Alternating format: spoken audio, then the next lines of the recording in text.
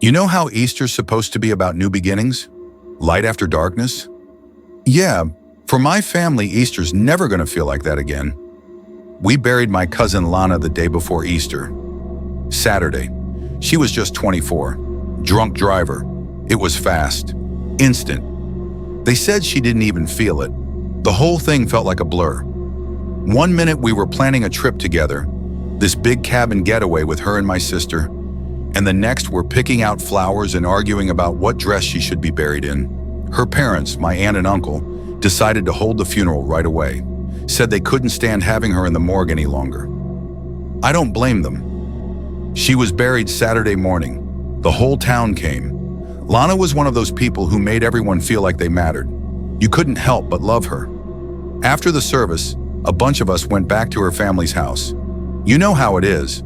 Everyone trying to act normal, making casseroles, pretending coffee fixes grief. Her room stayed untouched, still had the posters she loved, the perfumes she always wore lined up on the dresser. Her shoes were still by the closet.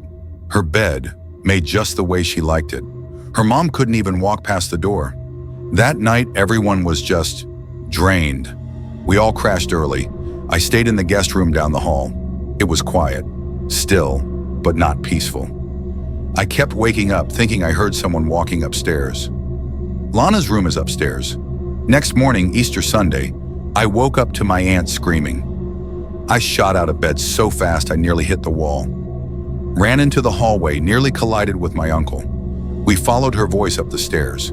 She was standing outside Lana's bedroom door, banging on it.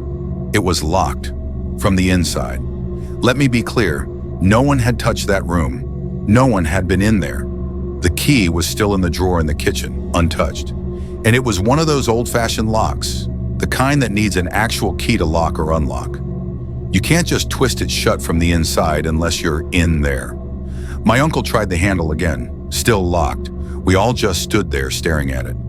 And then we heard movement, a soft thump, like something dropped onto the floor. Then footsteps, light, like someone pacing slowly, back and forth. My aunt collapsed into my uncle's arms. He rushed downstairs, grabbed the key from the drawer, and ran back up. Fumbled with it, finally got it open. No one was inside, but everything was different. The window was open, not all the way, just a crack, but enough for the breeze to be moving the curtains slightly.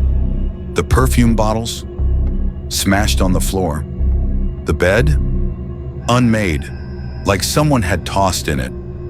And on the mirror above her dresser, there were words, written in what looked like lipstick. I couldn't leave. My aunt started sobbing. My uncle just stood there, staring. I stepped into the room, feeling the air shift. It was cold. Colder than the hallway somehow. The smell, her perfume, was stronger than it had ever been when she was alive. Overpowering, almost sickening. Then I noticed something else. The closet door was slightly ajar. I walked over slowly, heart pounding, opened it, and there on the inside panel of the door, scratched in faint, jagged letters. They buried the wrong one. We never figured out what happened. The house was locked up tight, no signs of forced entry, nothing stolen. But that door, Lana's door, would never stay unlocked after that. You could prop it open, leave it wide, and somehow it would swing shut and click into place. Always from the inside. Eventually, they sealed it off. My aunt couldn't take it anymore. She says she still hears her.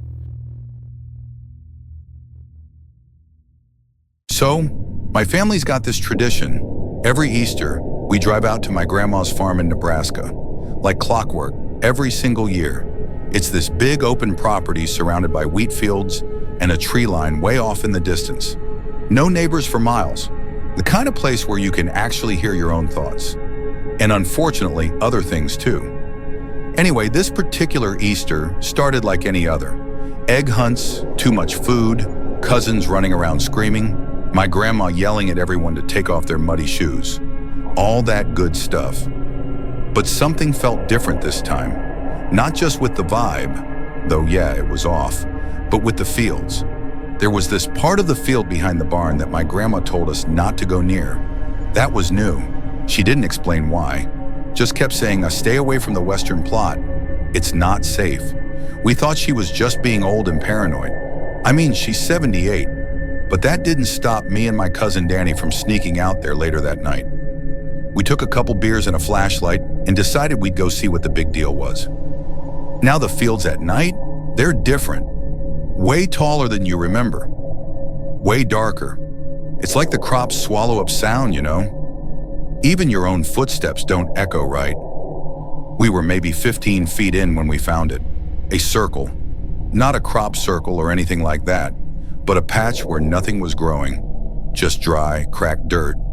And in the middle, a pile of animal bones. Clean, bleached, arranged in this weird spiral pattern. Danny wanted to leave. I didn't. That was mistake number one. I poked the pile with a stick. Real mature, I know. But as soon as I did, we heard something. A low clicking sound, like someone knocking two rocks together. It came from just outside the circle. Then something moved. I swear on everything. The wheat shifted, like something big was crouching out there circling us. But we couldn't see it, just heard that clicking, and the way the plants rustled as whatever it was crept around. Danny whispered, "Do you see that?" And when I turned to look at him, I realized he wasn't looking at the ground. He was looking up, at the thing standing behind me. I didn't turn. I couldn't.